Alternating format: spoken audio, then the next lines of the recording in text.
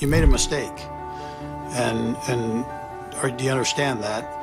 Which he did. That was the biggest blessing in disguise. Made a horrible mistake, and now I want to be part of the solution and not the problem. When it happened, I'm saying, are you kidding me? From being the highest paid player in NFL history to a convicted felon, this is the notorious story of Michael Vick, whose journey reflects triumph, betrayal, and redemption. Known for his cannon of an arm and wide receiver type speed and agility, Vick rose to fame as one of the greatest quarterbacks to step foot on the gridiron. However, his involvement in a cruel dogfighting scandal tarnished his legacy, transforming him from a celebrated star into an infamous villain. But before the scandal and the fall from grace, let's look back at how Michael Vick's journey to stardom began. Michael Vick, born on June 26, 1980 in Newport News, Virginia, grew up in a tough neighborhood and strong support from his father, Michael Boddie. He believed in his son's football potential from an early age. The family lived in the projects on the city outskirts, where there were frequent drug deals, drive-by shootings, and murders. In an effort to avoid going down that path at a young age, Vick spent a lot of time at the Boys and Girls Club. He told Sporting News magazine during an interview in 2001 that sports kept me off the streets and from getting into what was going on. Lots of guys I knew had serious problems that they never recovered from. All those years trying to stay out of trouble paid off as he became a 4-year starter once he hit high school. He played his freshman year at Homer L. Ferguson High before it closed down as part of the public school's building modernization program. Vick then moved to Warwick High School and head coach Tommy Riemann followed suit. Over his 3 years at Warwick, Vick accumulated 4,846 yards and 43 touchdowns through the air, and 1,048 yards and 18 scores on the ground.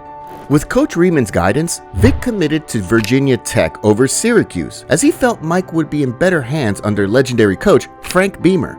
Riemann felt that Vick needed to be redshirted his freshman year to give him time to adjust, which Beamer was fully on board with. This decision proved to be beneficial, as Vick took the reins to start the 1999 season.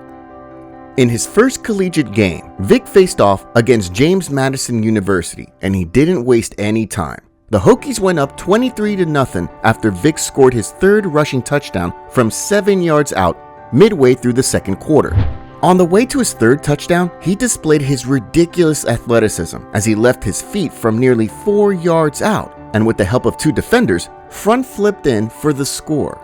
However, he landed awkwardly on his ankle and was forced to miss the remainder of that game and all the following game as well.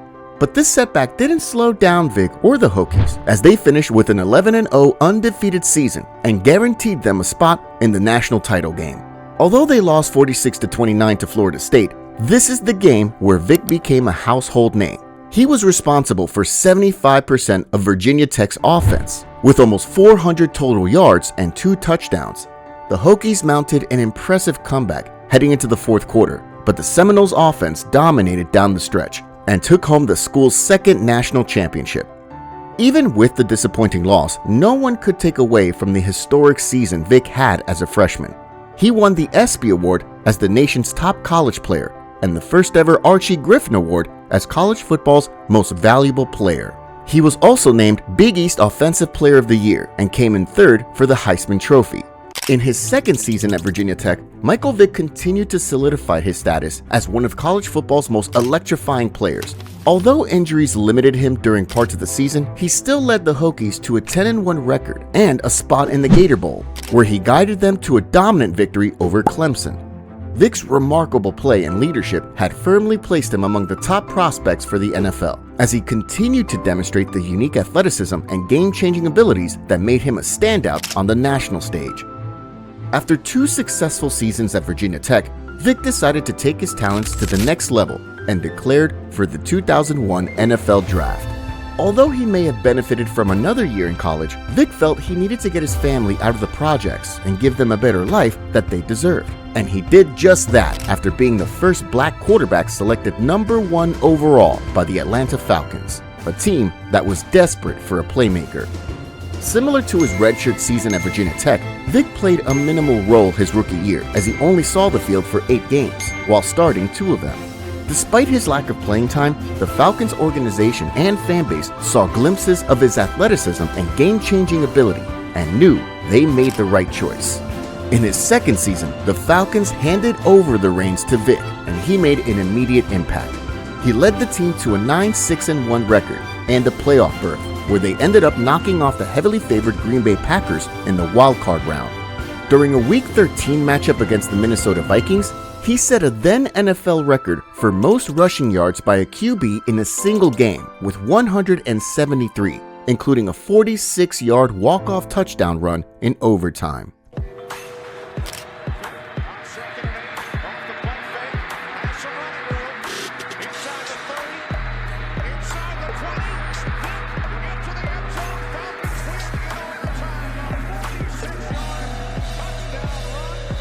During that scramble, as Vick cut upfield, two Vikings defenders appeared to have him contained. But when the tacklers converged on him, Vick dropped another gear and was gone. Poof, like an apparition, leaving the two defenders crashing into each other like a pair of wily coyotes. Vick ended that year with 2,936 yards and 16 touchdowns through the air and 777 yards and 8 touchdowns on the ground. He earned his first Pro Bowl appearance and was given the honor of gracing the cover of Madden 04. For all you Madden lovers, I think we can all agree that the Madden 04 Vick was an absolute cheat code and will forever be remembered as one of the greatest video game athletes ever. But if you really know Madden, then you also know about the curse for its cover athletes. It was almost imminent that the player's cover year would either be a disaster or they would suffer a serious injury. 2001 featured Tennessee Titans running back Eddie George, who ended up with his highest number of fumbles, including one in the playoffs that cost them their season. Minnesota Vikings QB Dante Culpepper graced the cover the following year, and after a terrible start and an injury, he found himself benched. Sadly, Vick fell victim to the curse as well, after fracturing his leg during the preseason. This caused him to miss the first 11 games and basically made the 2003 season a wash. Especially when the offensive line can give them some time to set their feet and release. Both of these guys are accurate. Most of all, they're very, very quick. Midfield, the 40, the 30, the 20, the 10, But one of Vick's characteristics that was often overshadowed by his criminal history was his resiliency. Coming off an injury-plagued season, Vick bounced back and was better than ever. After signing a record-breaking $130 million contract extension with the Falcons, which was the largest for an NFL player at the time, the fleet-footed QB danced past defenders week in and week out. He and his running back, Warrick Dunn, formed one of the greatest rushing duos of all time, with a combined 2,008 rushing yards and 26 total touchdowns. Throughout the season, opponents spent countless hours watching film and would even put receivers and running backs under center during practice. But the Falcons' run game was too quick and elusive, and no one had answers. After averaging a ridiculous 167 rushing yards per game, the Falcons finished with an 11-5 record and reached the NFC Championship game, where they would face off against the #1 seeded Philadelphia Eagles. Unfortunately, the Eagles' stingy defense proved too much for the Falcons' run game and coasted to a 27-10 victory. Despite falling short of the Super Bowl, the 2004 season felt like the start of something big for Vick and the Falcons. A solid foundation was in place, and the organization was genuinely excited for the future. Over the next 2 seasons, Vick continued to shatter expectations. In 2005, he showcased his mastery in the open field, becoming the focal point of the Falcons' offense. He was redefining what a quarterback could be in the NFL, demonstrating that a mobile QB could not only be effective, but could dominate. Despite Atlanta missing the playoffs, Vick's impact on the game was undeniable, and his reputation as one of the league's top quarterbacks continued to grow. In 2006, he became the first quarterback in NFL history to rush for over 1,000 yards in a single season, finishing with 1,039 yards and setting a record that would stand for years. He also passed for 20 touchdowns, proving he wasn't just a mobile quarterback, he was a complete threat. Though the Falcons once again missed the playoffs, Vick's 2006 season left a lasting legacy. His unprecedented rushing ability demonstrated the potential for quarterbacks to contribute not only with their arm, but with their legs at an elite level. His style would influence future generations, from Cam Newton to Lamar Jackson. who would credit Vick as a pioneer of the dual-threat quarterback role. At the close of the 2006 season, Michael Vick had firmly established himself as one of the NFL's most dominant players. He was a superstar with skills that seemed limitless, embodying both the excitement and unpredictability that football fans craved. But behind the scenes, a storm was brewing that would soon turn his life and his legacy upside down. Today's latest from the Michael Vick dogfighting case. Before the mercy of a federal court, admitting in court papers to dogfighting.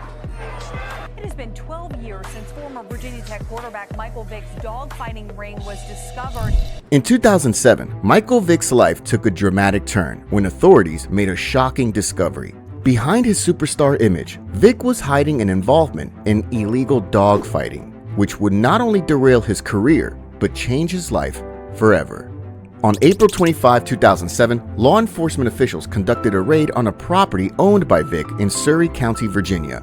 Inside, they found evidence of a brutal dogfighting operation known as Bad News Kennels. Investigators discovered dogfighting equipment, wounded animals, and graves of dogs that had been killed after losing fights. In July, Vick and 3 associates were indicted on federal charges of conspiracy related to dogfighting. The indictment accused Vick and his associates of organizing fights between dogs, placing bets, and, in some cases, personally executing dogs that underperformed. The document revealed gruesome details, alleging that dogs who lost fights were often killed in brutal ways, such as drowning, hanging, or electrocution. These revelations shocked the public and sent waves through the NFL, tarnishing the image of a player who had been one of the league's brightest stars. After initially pleading not guilty, Vick changed his plea in August, admitting to funding and participating in the dogfighting operation. His admission sent shockwaves through the sports world as he confessed to not only financing, but actively engaging in the brutal abuse of dogs. Public backlash was immediate and intense. Fans who had once cheered for his athletic prowess now voiced their disgust.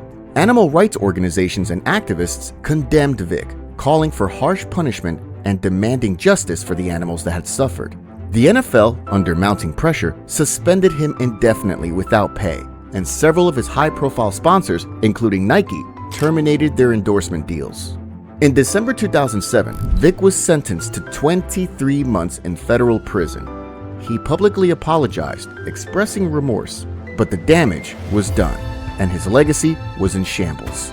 Vick served his prison sentence and filed for bankruptcy while incarcerated, as he faced both criminal and financial fallout from his actions. At this point, it seemed like the end of his career. His name had become synonymous with scandal, and the chance of redemption or return to the NFL seemed like an impossibility. Once revered as a game-changing star, Vick now faced an uncertain future, marked by the consequences of choices that had shattered both his reputation and the lives of countless animals. Vick spent the day just outside of Atlanta, the place he called home for 6 years. Now, with all these great things I had going on, I chose to do something, and for the life of me now, I can't understand why. It was very bad. First, I want to apologize, for all the things that I've done and that I've allowed to happen. But after his release in 2009, Michael Vick sought redemption.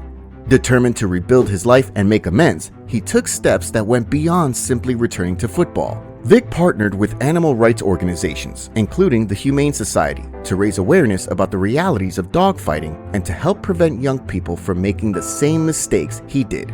He began traveling across the country, speaking at schools, community centers, and youth programs where he candidly shared his story of regret and his commitment to change. As Vick worked to rebuild his reputation off the field, a surprising new opportunity arose that would give him a chance to prove himself on the field once again. In a move that surprised many, the Philadelphia Eagles signed Vick to a 1-year contract. He wasn't guaranteed a starting position, but the opportunity marked a second chance that few thought he would receive. Fans were divided. Some believed he deserved redemption, while others could not forgive his past actions.